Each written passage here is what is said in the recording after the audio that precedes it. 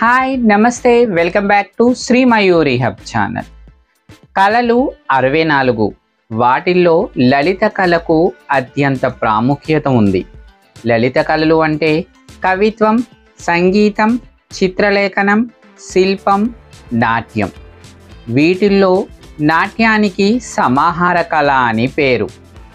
అంటే నర్తకి లేదా నర్తకుడు తన నాట్యంలో కవిత్వం, చిత్రలేఖనం, శిల్పం, సంగీతం మిళితమై నాట్యాన్ని ప్రదర్శిస్తారు కాబట్టి నాట్యానికి సమాహార కళ అని పేరు.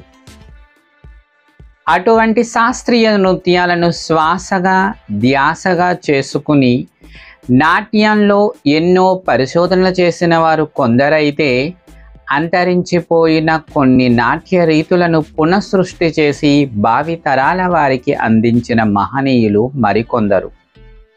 అటువంటి నాట్యశాస్త్ర పండితులను, నాట్య గురువుల యొక్క నాట్య జీవన పయనాన్ని మీ ముందు ఆవిష్కరించే ప్రయత్నమే మన కార్యక్రమం. మీకోసం మన శ్రీ మయూరి హబ్ ఛానల్లో త్వరలో.